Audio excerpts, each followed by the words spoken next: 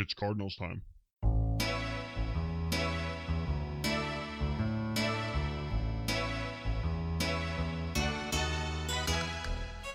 Hey, Hi. everybody. Kairi's here, 91, hanging out with you for this week's edition of Kairi's Cards Cast. Go.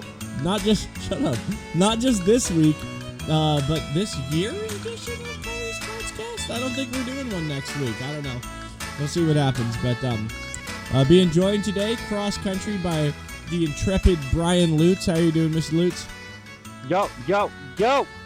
Lutz, Yo, in the house. Lutz, tell the people of YouTube and our AZ Cardinals, they're a bunch of crazy Cardinals. Tell them where you are right now. Where are you, Lutz? Tell you what now? Where the hell are you? I'm at the mall. He's at the mall. He's in the mall. I'm all sure, day. I'm sure it's just some small local mall in like Albuquerque or some shit. It probably isn't in No, fucking. I'm at stupid Queens Center Mall in Queens. Oh, in Queens. In Queens. All right. In Queens. Well. Yeah, because I have to go where the winners are, like the New York Giants. I just want to point something out. Like, okay, first of all, I'm sorry, everybody. This has been such a low energy intro. It's hard for me to hear Kairi right now over my connection.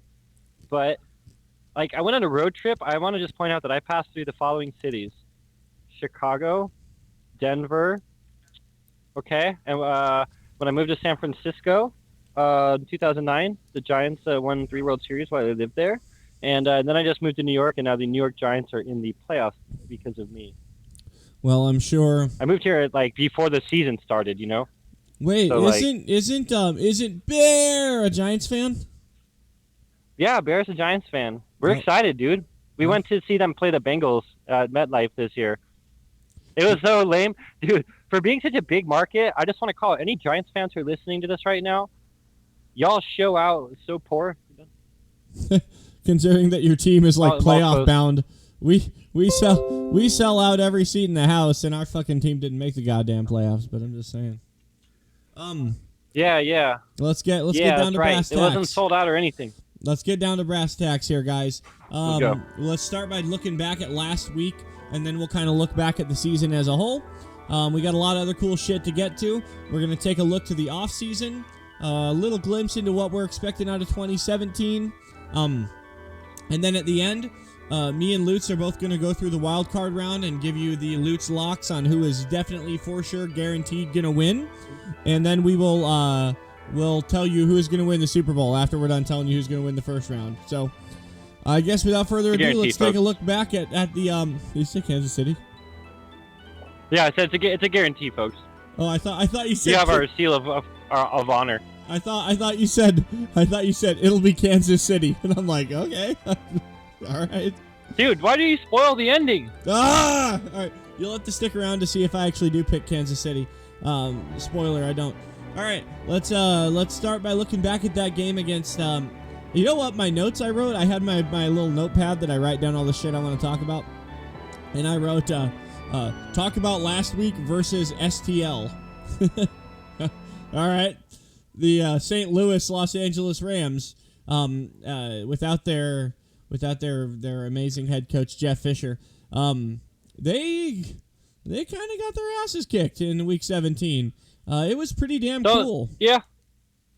Don't know that it's like really that cool to feel really cool about beating up like the handicap team, but yeah, we sure beat them up. Our team really rises to the occasion when there's nothing to play for. I'll take it where I can get it, okay?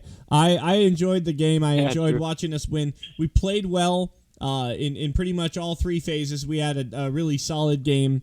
There wasn't a whole lot of mistakes. Now, I guess the Rams didn't try that hard or whatever, but still, man, we went out there and did that to an NFL team.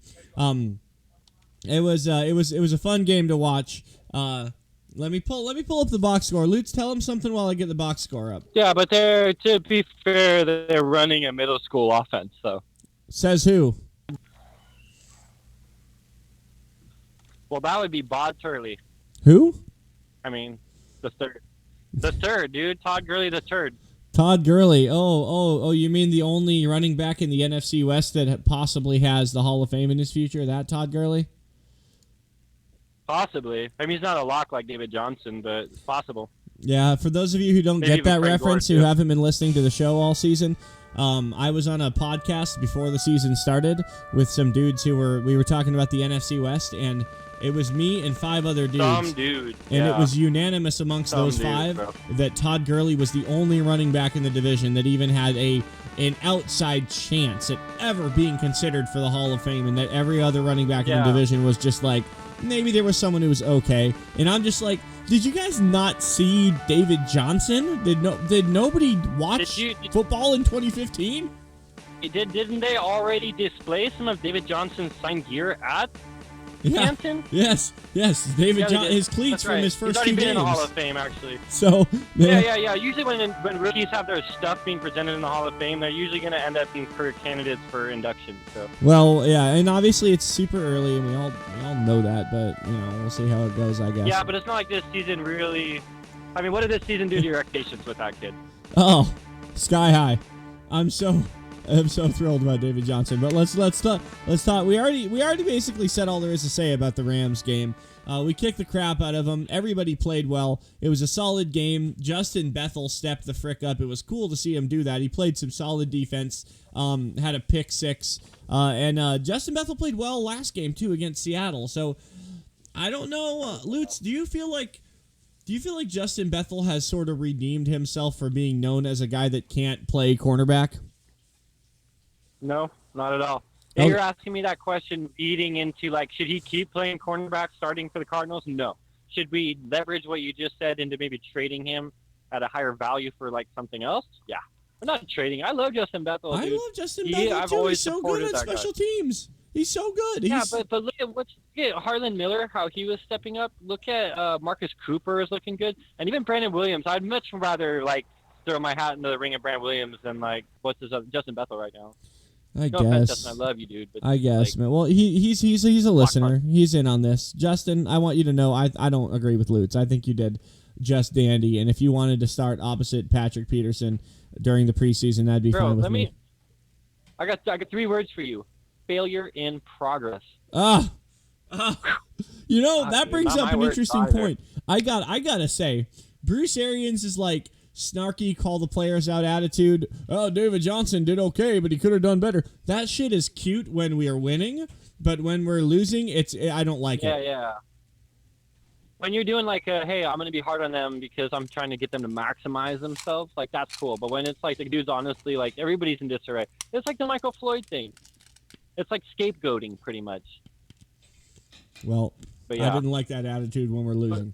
It's cute when we're winning to hear him call out David Johnson. Why is Amos Jones?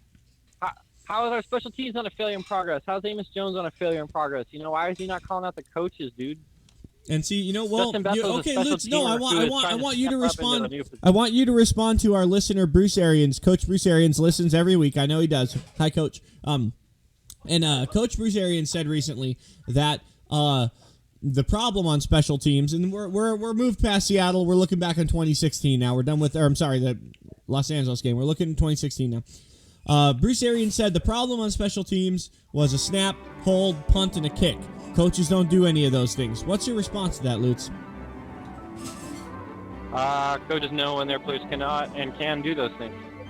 And our coach kept putting in players that could not do those things. The coach doesn't decide who is our punter. The GM decides who our punter is. Yeah, but Drew Butler sure took the field. Drew Butler sure took the field a lot. And, I love Catman, but so did he.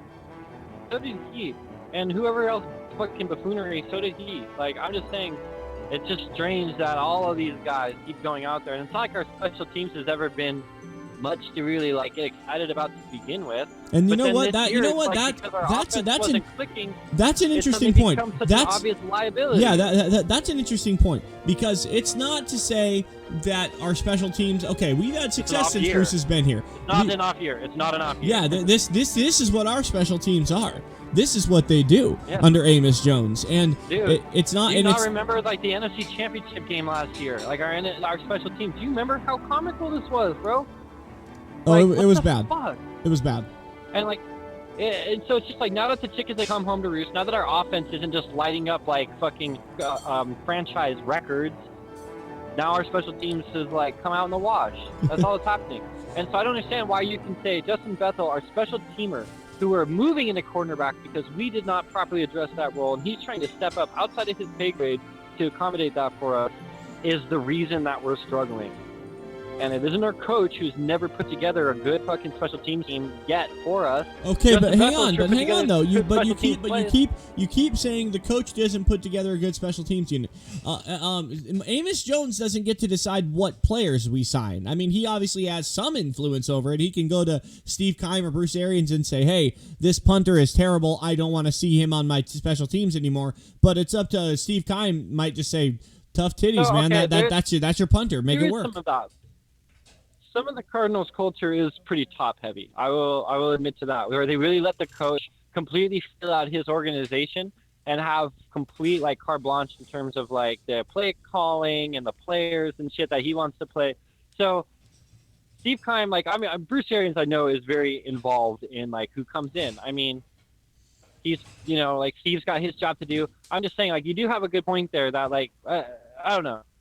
I just feel like Bruce Arians' loyalty, now that things aren't just like clicking and rocking, is becoming a liability also. And you know what? Like everyone touts his loyalty when Todd Bowles is our DC and ends up kicking ass. You know. Yeah. What does he always say? Right? He's like, stay in your lane, do your job. There's an owner, there's a GM, and there's a coach. But then the GM says, hey, our special teams coach isn't producing. I want to replace him. All of a sudden, Bruce Arians is very involved in our personnel. You know, you're saying no, and you know what I mean? Like, that's such a contradiction.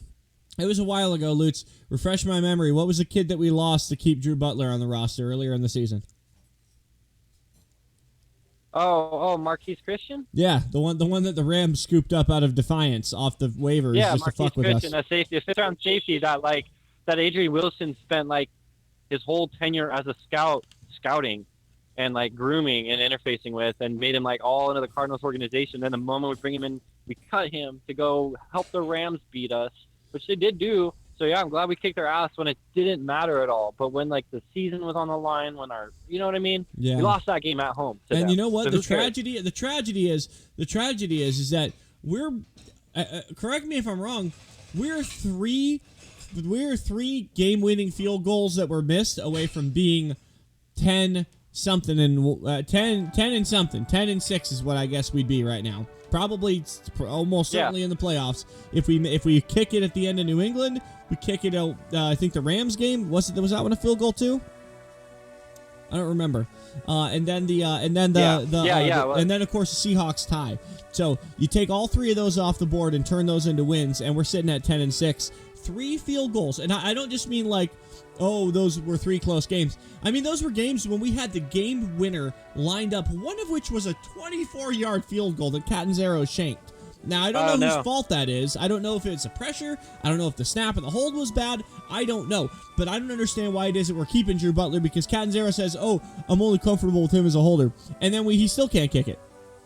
So that's my thoughts on Drew Butler. I think you guys have heard me bitch about him in a very similar fashion before. But the next thing I want to talk about, looking back at 2016, John Gambadoro from Arizona Sports, 98.7 and ArizonaSports.com, has put up this article that I find it mind blowing, to be frank. Let me tell you some stuff here. Arizona only had one divisional loss, the one to the Rams, the only one. Arizona scored let's see here. The second-ranked defense in the NFL, allowing just 305 yards per game total, average. They led the NFL in sacks with 48. We only had 36 last season. We had 12 more sacks this year than we had last season. And everyone would agree last season we played really well. Well, we had better defense this year handily. Our pass rush was phenomenal. 2 players with double-digit sacks. Marcus Golden, Chandler Jones, and then, Calais obviously did what you do. Fitz led the league in receptions, led the NFL in receptions with 107 and over 1,000 yards. David Johnson led the NFL and set a franchise record with 2,118 yards from scrimmage. I'm not done. David Johnson also led the league in total touchdowns with 20. And finally, Carson Palmer threw for over 4,000 yards again, despite only playing 15 of the 16 games this year. He missed a game, still went for over 4,000. When you hear those figures, when you hear those numbers, the first thing that you think of is, oh my God, that team is really good and they're on their way to the playoffs and possibly a Super Bowl berth. When you hear that we were that good at that many different positions, so what does it come down to? It comes down to special freaking teams. I know it's you can't say, it's hard to harp on one unit like that, but God damn it, it comes down to special teams. Bad snaps, bad holds, bad kicks, freaking Drew Butler ass punts, all that shit, dude. Special teams was abysmal, and it was just like it is the reason that we weren't able to put anything together this year, because our offense played pretty damn well. Not perfect, but pretty damn well. Our defense, our front seven was phenomenal. Our secondary was shaky at times, but, you know, even though we didn't have anybody opposite Patrick Peterson, we still had DJ Swearinger, you know. We had Deion Buchanan for like a little while, I guess, but, you know, he's not around right now. But the point is that we had a good defense. We had a reasonably good offense, especially with DJ. It was special teams. Bottom line, dude, it was not, it was fucking special teams all the way. So that's my take. Lutz, tell him. How'd our special teams rank? You didn't mention those figures.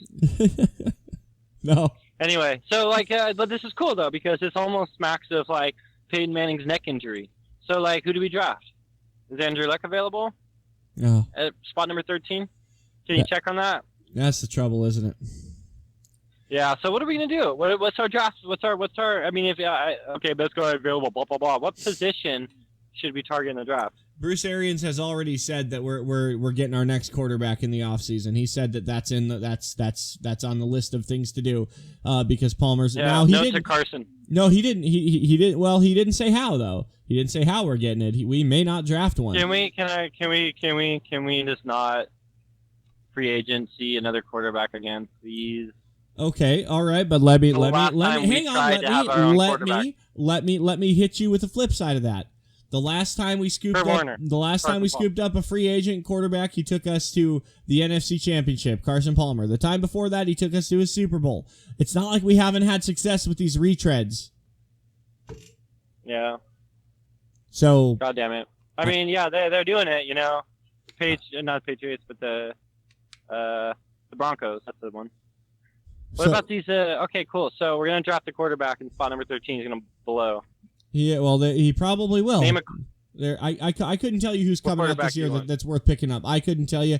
I don't follow college ball well enough to know anyone other than the huge names. When guys like Cam Newton or Andrew Luck are coming up, or Jameis Winston, I know those names because they're going to be someone that matters. overall, yeah, exactly. That's why you don't know anybody who's is available right now, because none of them matter. Yeah, because none of them matter. So, and you know what? And I hope to God we don't fucking draft someone in the 5th round again or some shit. We did Logan Thomas in the 4th. We did Ryan Lindley in the 5th, and we did John Skelton in the 6th. We know where that gets us. We know what you get out of 4, 5s, and 6s. It's got to be 1st or 2nd round or nothing, or don't even waste your time with a quarterback. Ryan Lindley and Logan Thomas weren't that bad. Yes, Logan Thomas, every moment, was 1 for 1 with a touchdown. Everyone always points to Russell Wilson in the 3rd round. That's an anomaly, okay? That's not common. That's you. Hey, bro, Tom Brady. It happens all the time. Yeah, I don't. Yeah, it doesn't. Anyway, it doesn't happen. Yeah, I know. So let's go on then. What's happening now? The Cardinals are dead. They got killed by Rams again. No, so now what do we do? No, we didn't. Hey, I wonder what do you think that fan since '79 guy was doing on? He was a fan back when they were the LA Rams too. So. Did you know the Niners won 2 games this year? They didn't know what they had in Jim Tom Sula, bro. Yeah. They already fired Bitch fucking Kelly, destroyed, dude. Destroyed in second. Destroyed, bro. All right, let's talk about this. Oh God. Off season coming up, Lutz. I'm gonna start throwing some names at you. These are players. These are players who are entering free agency, and we can't keep all of them. Some of them are going to be too expensive. So when I ask you if we keep them, you can't just say keep on everyone. I know you're going to fucking do that anyway because you're a dick, but try not to. So let's go through the list. All right. Yep. Calais Campbell. Cut him out fucking right now, dude. Yeah, way to call that, by the way. Way to call your shot on how I was going to react. I wanted Calais Campbell off this team last year. What? The fact that he's still here. I don't know. I used to love him, bro, but now he's just like, his fucking head is too big for his helmet. helmet. It bothers me a lot. It's like get a smaller head, Calais. What the hell? Yeah, it's like Calais. Look at how John Brown's doing it. He looks like Captain fucking Dark Helmet, like Lord Dark Helmet with this big ass fucking globe on his head. Giant helmet on his tiny little pinhead. They can make it, bro. You got money. You can get a helmet that fits. Okay. Evan Mathis. He's retiring anyway. He said so on Twitter. So cut. Yeah, gone. No more. Yeah, you really were bad at predicting my reaction. Jermaine Gresham. Keep going. Feel like we should keep him only because we just like cannot keep like tight ends healthy, so we need to have like 30 of them. Yeah, that's true, dude. Like we always get like Ifani Moma and Troy Nicholas, all these guys that you're like. I don't know what we're doing, dude. We're having them like I thought Chris Johnson was taking bullets, but apparently our tight ends are doing it too because they're just going down like flies. This one you don't even need to answer because it doesn't matter what you think, but Chandler Jones is not going anywhere. Bruce Arians has already said so. He said that if they're unable to get a long-term deal, they're going to franchise him. They're not going to let Chandler Jones leave. Yeah, Chandler Jones ain't going nowhere. Yeah, it's not. Yeah, so there you go. I hope they can get the long-term deal with him and save the franchise tag for somebody else. Frankly, I would like to see them keep Calais, but I don't mind his head. Tony Jefferson.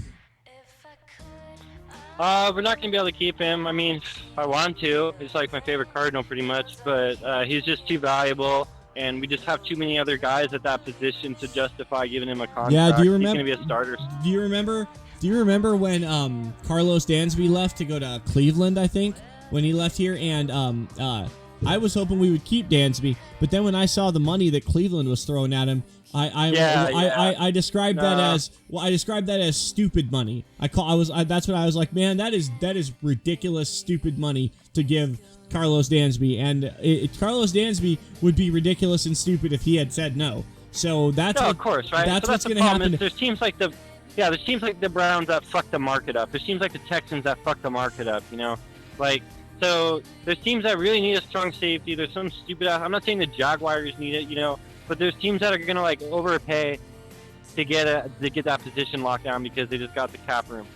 And the Cardinals just are trying to build a Super Bowl team, so there's no way we can match their offer for him. So the only way that Tony Jefferson, keep in mind, Tony Jefferson's fairly young. He's 24. If he has a chance to get that one life-changing paycheck where he never has to worry about money ever again, he's gonna go get it. And maybe if he can pull like a $40 million plus fucking dollar contract for like several years, like that'd be. I am sure he would be stupid not to pursue it. So then let's move on to the next one here. DJ Swearinger. We're gonna keep him. Okay. I mean, he's part of the reason that we're gonna let Tony Jefferson go because we'll be able to pay for DJ. He's awesome, dude. DJ's got some. I love DJ Swear. I love when they put him on those the safety blitzes, man. He's so good on those. Every time they line up a safety blitz, I feel like he gets a sack. They don't do many of them, but when they do, he freaking gets them. So cool. Let's move on to the next guy. Chris Johnson, CJ2K. Is he going to be back? Yeah, he'll be back. All right. He'll play for whatever, bro. He'll play for peanuts, and like he just wants to play on the Cardinals. Yeah, he does. It's true. I love it. I like him too. Kevin Minter. I say, let him walk, man. I don't know about Kevin Minter. To be honest, inside linebacker is like one of the positions that I'm kind of keying in for pick number 13 because it just seems like a good value. At that pick level, you know. Well, like but keep in mind, Kevin Minter's been playing Mike lately. So if Kevin Minter walks, we're gonna need a new quarterback of the defense. We're gonna need a new guy to run the defense out there. And yeah, but that's what I'm saying. It's like because of our high draft position, we can literally get a game-changing inside linebacker. We can't. Well, we can't. But your Mike Backer needs to be better than a good linebacker. He needs to be a leader, and he needs to be like a seasoned veteran type guy. Now we probably have another linebacker that could probably step into that role, but I don't know. No, I know what you're saying. Like, yeah, there's a lot to just the IQ part of the game that a guy out of college simply will lack in week one, but I don't think we're going to have Kevin Minter fill that gap. I just think he hasn't come through enough. I agree. The coverage side of things. Cornerback Mike Jenkins. He coming back? No, he's not coming back. No, probably not. I mean, it's unfortunate. He got injured, but This one, he's probably not coming back. I would have felt differently if you had asked me in week 1. I would have felt very differently. AQ Shipley. Yeah, why not, bro? Absolutely. Absolutely. AQ Want him Shipley back? was playing so well. Dude. He was the only part of our O-line that I really did not see a problem with at all. AQ Shipley played so well I told at you, center. I mean, he might still be our starter, bro. Like, who knows? Evan Bain might be our right guard next year. Well, we'll see. C.O. Moore. I don't know. I'm not qualified to... Who? Literally? C.O. Moore? Fuck, am I that out of this? Yeah. I don't know. Yeah, you are, dude. He's an inside linebacker. I'd like to see him come back. Oh, this one. Okay. Let's see if you react. No, let's see if you react the same way I did. Wide receiver Jeremy Ross. No. No, I you know what? Jeremy Ross caught a touchdown from Palmer against LA right now. It was the first touchdown of the game. Palmer, now? Yeah, Palmer hit not just like right now. Palmer hit Jeremy Ross in the end zone, and the play-by-play guy was like, "Touchdown Cardinals, Jeremy Ross," and I'm like, "Who?" Because I had no idea who the fuck he was either. But apparently he's a wide receiver. Is he going to be back? Probably not. I can't imagine that he will be. I don't care. That's why I say cut him. He makes me feel insecure by not knowing who he is. So cut him. Alex Okafor. Alex Okafor. Bye. Goodbye, Alex. Earl Swiss Army knife of the O-line Watford. I guess, bro. I say keep him as a depth guy, and the price will be right. He'll be cheap to keep as a depth guy. Yeah, keep him. just get you out of a game. He's a get you out of a game guy. Yeah. Okay. Next on the list, we got. Let's go to Step Fan Taylor. Keep. Really? So if you can. Presently, we are at right now we are at 3 active roster running backs: David Johnson, Chris Johnson, and Step Fan. The next guy on our list is running back Andre Ellington. Bye, Andre. No, we'll probably keep him. No, what? We'll probably keep him for Dev. I don't want to. Yeah, I guess if the price is super low, I guess, but because honestly, like that's pretty thin, bro. Just like David and Chris, and then you got like we get Stephon and Kerwin though. That's what I'm saying. Well, Kerwin's gonna have to be on the active roster now. Kerwin is my thought is our 3 running backs will be David Johnson, Kerwin, and Chris Johnson, probably in that order. That's my suspicion, but I don't know though. Which is why I don't see us keeping. I think we put Stephon Taylor down to the practice squad. We cut him and grab him off the practice squad, and I think we let Ellington walk. That's my guess. Yeah, probably. Because either Stephon or Kerwin's going down to the practice squad, and I think that of those two, Kerwin is less likely to clear waivers. I think Kerwin will get snatched up if we cut him. Stephon probably won't. And if we want to keep both of them, that's how we're going to have to do it. The last guy on our list of free agent coming up right now, cornerback Marcus Cooper. Keep. I say keep the cornerback Marcus Cooper. There you go. He's definitely staying. Yeah, absolutely. All right, cool. I don't know. That's okay. So Steve Keim, I know you're listening, and I'm really getting tired of me and Lutz having to do your job for you, telling you who to sign and who to cut. It's real. You know what? You barely pay us for this. Barely pay us even a small percentage of what we make, and we just fucking solved the riddle for you. It's done. Your work is done. Enjoy your vacation. Enjoy your off season. Put your feet up, man. We took care of it. So no one can cover for us. All in all, 2016 was a letdown. A couple of field goals away from the playoffs. I'm not looking forward to months of no Cardinals. I'm disappointed that we don't get to watch them play. But just to hold Bruce Arians to his comment, we should decide Amos Jones' fate by making him hold the snaps. Nah. We should just put him on our active roster as a as a holder. So looking forward to 2017. Anyway. We know Chandler Jones ain't going nowhere. I think our pass rush is going to just get better. If Fitz decides to retire, Lutz, let me ask you this. Let me put you this one right now. Let's say that Fitz breaks everyone's heart and decides to walk away from the game, says he's had enough. Can you hear me? So, okay. I guess Fitz isn't retiring, according to Lutz. Not retiring. All right. I Not believe what we're you. talking about. Edit that part out. Edit that whole thing out. Okay. Let's talk about these playoffs, though. What about them? Cardinals aren't in them. I don't even care.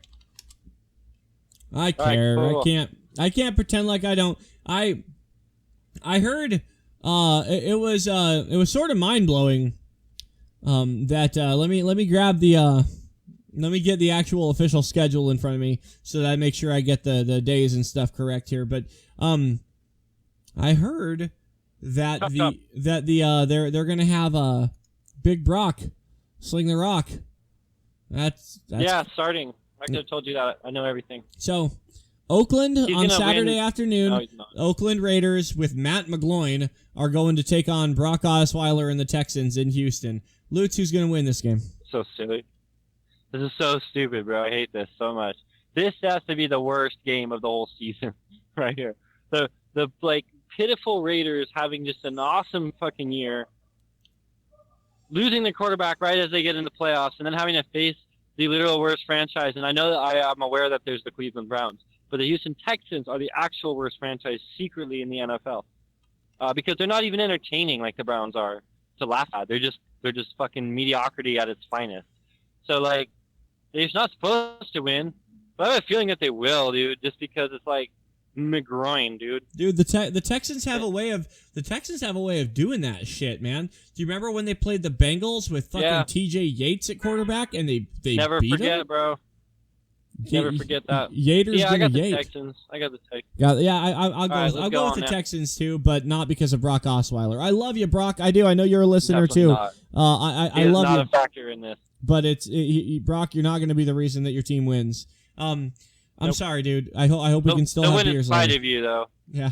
They'll win in spite of him. All right, next go. is the evening game on NBC. We got the Lions going to Seattle to take on the Seahawks. Now, I'm going to pick first on this one. I believe the Seahawks will win because it's in Seattle, but I hope I'm wrong and the Lions win. Lutz, tell them how wrong.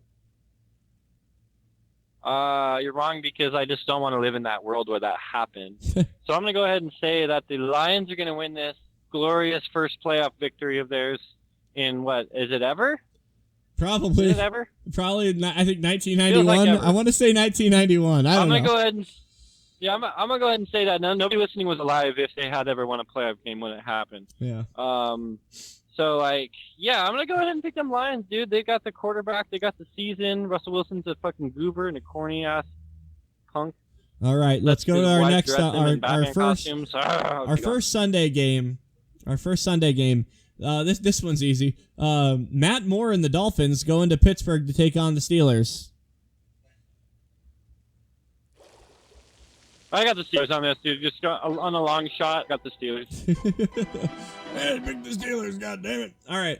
And the final game of Wild Card Weekend, the New York Football Giants are going to Green Bay, Wisconsin to go to Lambeau Field and take on the Packers. I am going to pick the Giants on this one because I feel like this is going to be one of those crazy years like where the Giants do what they do.